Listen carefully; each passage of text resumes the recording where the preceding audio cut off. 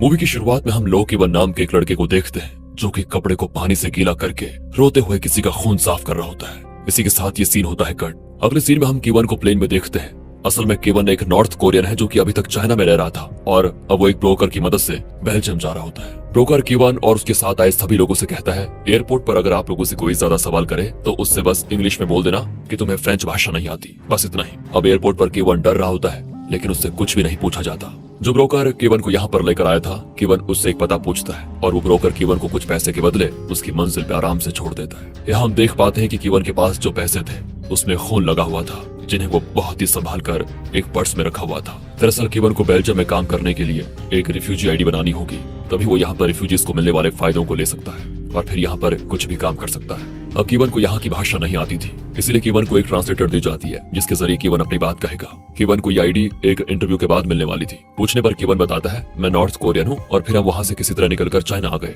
Interview लेने वाली lady पूछती है तुम चाइना में काम नहीं करते थे तो तुम्हारे पास पासपोर्ट और टिकट के पैसे कहाँ से आए। इसके साथ कहानी थोड़ा फ्लैशबैक में जाती है जब केवन अपनी माँ के साथ चाइना में रहता था। उस समय केवन, उसकी माँ और उसके अंकल चाइना में किसी तरह नॉर्थ कोरिया से भाग कर आए थे क्योंकि उन्हें एक बेहतर जिंदगी जो जीनी थी। केवन की माँ एक छोटे से रेस्टोरेंट में काम करती थी। बाकी केवन की बात करें तो वो पहले काम तो करता था, मगर एक दिन केवन के बॉस ने एक नॉर्थ कोरियन लड़के को काफी मारा, जिसको देखने के बाद केवन अपने बॉस से लड़ गया जो कि चाइनीज था और फिर उसके लड़ने की वजह से पुलिस हर तरफ केवन को ढूंढने लगी। यही वजह है कि अभी केवन की माँ काम करती है और उसने अपने बेटे को अपने पास छिपा कर रखा हुआ है। वो इस चार दीवारी के अंदर ही रहता है क्योंकि अगर उसे चाइनीज पुलिस ने पकड़ लिया तो केवन कभी बाहर नहीं निकल पाएगा। केवन की माँ अब अपने काम पर चली जाती है और उससे कहती है कि बेटा घर पर ही रहना। फिलहाल यहाँ से कहानी प्रेजेंट में आती है और पैसे कहाँ से आए ये तो पता नहीं चलता, पर केवन का इंटरव्यू ठीक गया होता है। उसे अब इंटरव्यू का दूसरा राउंड देना होगा और उसकी डेट कई महीनों के बाद होती है। केवन अपने ट्रांसलेटर से पूछता है कि मैं तब तक क्या करूंगा, कैसे जिंदा रहूंगा मैं, यहाँ मेरा ना कोई अपना है ना ही कुछ। वो लेडी भी कहती है कि तुम्हारे पास वैसे इंतजार करने के अलावा कोई मौका ही नहीं है। रात हो जाती है और साथ ही काफी ज्यादा ठंड भी,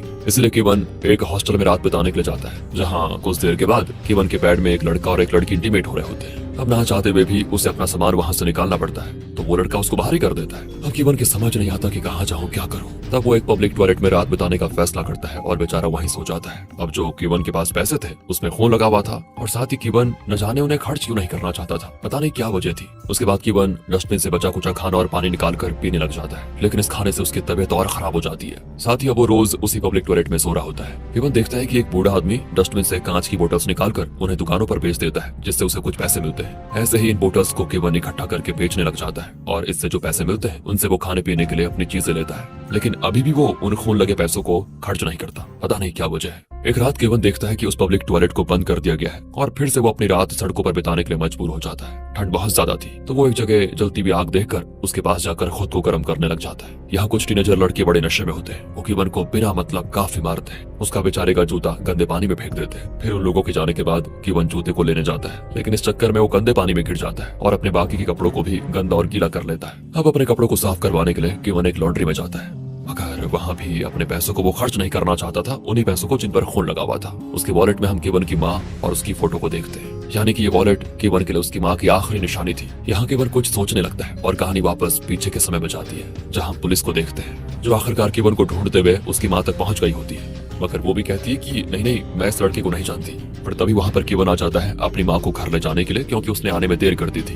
पर यहाँ पहले से पुलिस होती है। केवन और उसकी माँ साथ में पुलिस से भागते हैं और इस दौरान अचानक से केवन की माँ का एक्सीडेंट हो जाता है और वो काफी ज्यादा घायल भी हो जाती है। अब केवन की कुछ समझ में नहीं आता कि क्या करे। इसी बीच वहाँ पर केवन के अंकल आते हैं। केवन की माँ उससे कहती है बेटा तुम जाओ अपनी जिंदगी अच्छे से जियो, तुम्हें एक नए शहर में जाना और वहाँ अपनी एक नई पहचान बनाना। मुश्किलें आएंगी लेकिन हाँ तुम्हें घुटने नहीं टेकने हैं, पूरी जान से उन सभी मुश्किलों का सामना करना। केवन के अंकल भी उससे कहते हैं कि जाओ यहाँ से नहीं तो पुलिस तुम्हें पकड़ लेगी। इस कारण ना चाहते हुए भी केवन को भागना पड़ता है। प्रेजेंट में लॉन्ड्री में सोचते सोचते केवन सो गया था जिसके हाथ में वो वॉलेट और उस वॉलेट में पैसे देखकर एक लड़की उसे चुरा लेती है। अब लॉन्ड्री में कैमरा था तो केवन को जब उठने पर वॉलेट नहीं मिलता तब वो पुलिस पे कंप्लेंट करने जाता है। पुलिस भी उस लड़की को पकड़ लेती है। ये लड़की भी कोरियन थी जिसका नाम मैरी होता है। और पुलिस स्टेशन में केवन मैरी से बताता है कि देखो वो वॉलेट मेरी माँ की आखिरी निशानी थी, वो मुझे वापस कर दो प्लीज। मैरी कहती है मैंने तो उन पैसों को खर्च कर दिया है। ये बात सुनकर केवन कहता है कि तुम जानती भी हो मैंने मेरी माँ की लाश को बेचकर वो पैसे लिए थे। कहानी दोबारा फ्लैशबैक में जाती है जहाँ केवन के अंकल उसे बेल्जियम का टिकट और ये पैसे देते हैं। केवन जब पूछता है तो वो बताते हैं कि ये पैसे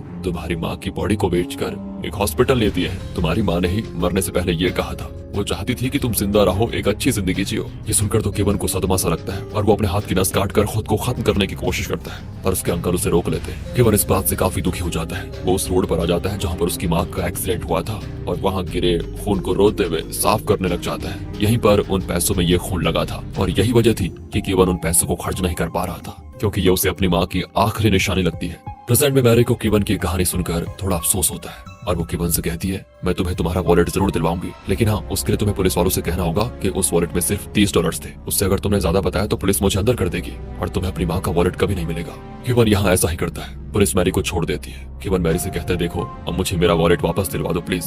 वो भी कह देती है, कल ले लेना, एक्चुअली वो मेरे एक दोस्त के पास है तो कल मिल जाएगा तुम्हें। लेकिन केवन उसका पीछा छोड़ने के मूड में बिल्कुल नहीं था। इसी दौरान मैरी के डैड वहाँ पर आते हैं जिनका नाम थॉमस होता है, लेकिन मैरी अपने पिता से बात नहीं करती क्योंकि उसके पिता ने उसकी माँ की बीमारी के बारे में उसे नहीं बताया था और जब वो मर गई तब मैरी ने अपने पिता से रिश्ता तोड़ दिया। वो यहाँ थॉमस को उल्टा सीधा बोलकर केवन के साथ चली जाती है और मैरी ने केवन के पैसे इसीलिए चुराए थे क्योंकि उसके ऊपर जैक नाम के गुंडे का कर्ज था। वो इसीलिए क्योंकि मैरी ने उससे कुछ नशीली चीजें ली थी। उसी के पैसे को चुकाने के लिए मैरी ने चोरी की थी।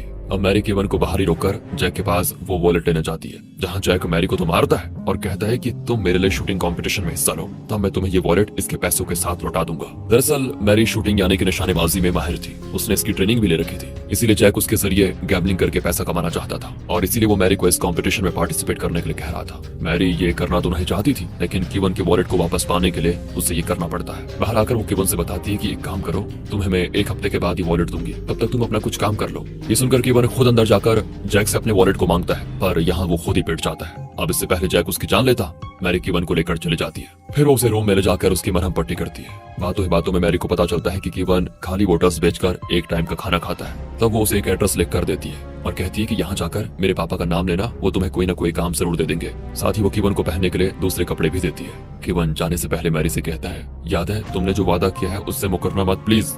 अगले दिन केवन मैरी के बताए एड्रेस पर चला जाता है, जहाँ का मैनेजर केवन को जॉब तो दे देता है, लेकिन वो कहता है कि तुम्हें फैक्ट्री में काम मिल जाए इसलिए मैंने तुम्हारा नाम बदल दिया है, क्योंकि यहाँ नॉर्थ कोरियंस को कोई काम नहीं देता, इसलिए फैक्ट्री के डॉक्यूमेंट्स में मैंने तुम्हें चाइनीज कोरियन दिखाया है। यहाँ केवन की मुलाकात एक चाइनीज कोरियन महिला मराठा से होती है, जो कि यहाँ पर केवन को काम धाम सब कुछ सिखाती है। साथ ही जब कुछ लोग केवन को फ्रीजर रूम में मजाक करने के लिए बंद कर देते हैं, तब वो केवन को खुद बाहर निकालती है। एक्चुअली ये एक मीट फैक्ट्री थी, जहाँ से रोज मराठा मीट के पैकेट्स चुरा लिया करती थी और ये चीज केवन भी देख लेता है। तब मराठा उसे बताती है कि मेरी सबसे छोटी बेटी को कैंसर है, उसके सर की सर्जरी 3 बार हो चुकी है, 1 बार और होनी है और मुझे चाइना उनके लिए पैसे भेजने पड़ते हैं, इसीलिए ना चाहते हुए भी मुझे ये मीट रोज चुरानी पड़ती है। मराठा वैसे केवन को देखते समझ गई थी कि वो नॉर्थ कोरियन है। और फैक्ट्री की तरफ से इनको रहने के लिए रूम्स भी मिलते हैं, यानी कि केवन की सबसे बड़ी दिक्कत खाना और सर पर एक छत ये खत्म हो गई थी। दूसरी तरफ शूटिंग के दौरान मैरी के हाथ कांप रहे होते हैं, तो जैक उसको एक नशीला इंजेक्शन देता है जिससे उसका डर खत्म हो जाता है। दरअसल जब मैरी निशानेबाजी की ट्रेनिंग के लिए घर से गई थी, तब उसकी माँ की मौत हो गई थी। वो जब घर आई तब उसे पता चला कि उसके पिता ने उसे उसकी माँ की बीमारी के बारे में कुछ नहीं बताया, छुपाया था, इसलिए वो काफी गुस्सा हो गई उन पर। हालांकि ये चीज मैरी के पिता को उनकी पत्नी नहीं बोली थी कि मैरी को मत बताना मेरी बीमारी के बारे में, उसे पता चल गया तो वो अपनी ट्रेनिंग को छोड़ देगी, पूरा नहीं कर पाएगी। लेकिन मैरी ने अपने पिता को नहीं समझा और उनसे गुस्सा होकर घर ही छोड़ दिया। फिलहाल यहाँ पर इंजेक्शन लेने के बाद मैरी अच्छे से परफॉर्म करती है और जैक को काफी पैसे जितवाती भी है। वादे के मुताबिक जैक मैरी को वॉलेट दे देता है और कहता है कि तुम्हें अब मैं जब बोलूं तब मेरे लिए कंपटीशन में हिस्सा जरूर लेना।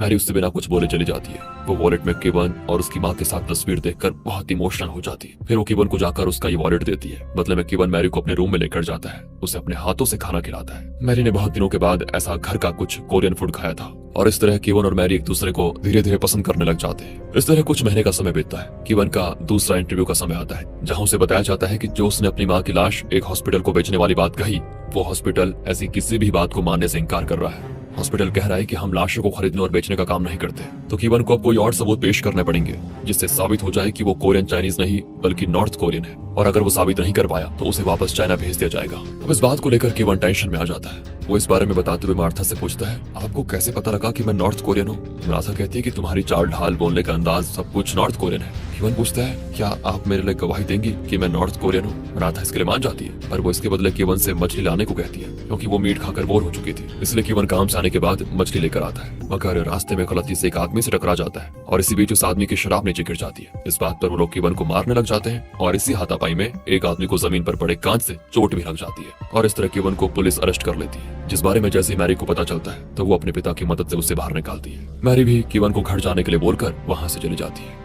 मगर यहाँ मैरी के पिता थॉमस केवन से कहते हैं कि ये मेरे एक वकील दोस्त का नंबर है, ये तुम्हारी रिफ्यूजी स्क्रीनिंग में मदद कर देगा और तुम्हारे केस को भी लड़ लेगा। बस एक बात याद रखना, तुम मेरी बेटी से दूर रहना, उसे कोई ऐसा चाहिए जो उसे संभाल पाए। तुम तो खुद इस देश में रहने और जीने के लिए संघर्ष कर रहे हो, उसका क्या ख्याल रखोगे तुम, इसलिए प्लीज हो सके तो उससे अब ना मिलना, जाओ। ये कहकर वो भी अपने रास्ते चले जाते हैं। मगर उनकी ये बात केवन के दिल में लग जाती है। फिर वो थॉमस के बताए लॉयर से मिलता है और कोर्ट के जरिए उसके रिफ्यूजी स्टेटस को दिलवाने के लिए वो वकील केवन का केस लड़ता है, जहाँ पर केवन का मैनेजर और मार्था दोनों ही केवन के खिलाफ गवाही देते हैं। वो कहते हैं कि ये कोरियन चाइनीज है और इस देश में रिफ्यूजी स्टेटस हासिल करने के लिए ही ऐसा कर रहा है। उनकी ये झूठी गवाही सुनकर केवन पूरी तरह टूट जाता है कि मैंने कैसे लोगों पर भरोसा किया। फिर वो अपने दिल को हल्का करने के लिए मैरी के पास जाता है, मगर वो भी उससे उल्टा कहती है कि बिना बताए मत आया करो, और दरवाजा बंद कर लेती है, क्योंकि उस वक्त मैरी से मिलने के लिए जैक आया हुआ था, जो मैरी से कहता है कि ग्रैंड नाम का एक माफिया उसके लिए अगले गेम पर काफी पैसे लगाने वाला है, तो तुम्हें वहां पर आना पड़ेगा, ध्यान रहे मेरी नजर तुम पर रहेगी। अब जैक के जाने के बाद मैरी केवन को बाहर देखने के लिए आती है, पर वो जा चुका था। अब केवन खुद भी मैरी से नहीं मिलना चाहता और काम पर अपना ध्यान देता है। इसी बीच मराठा केवन से आकर बताती है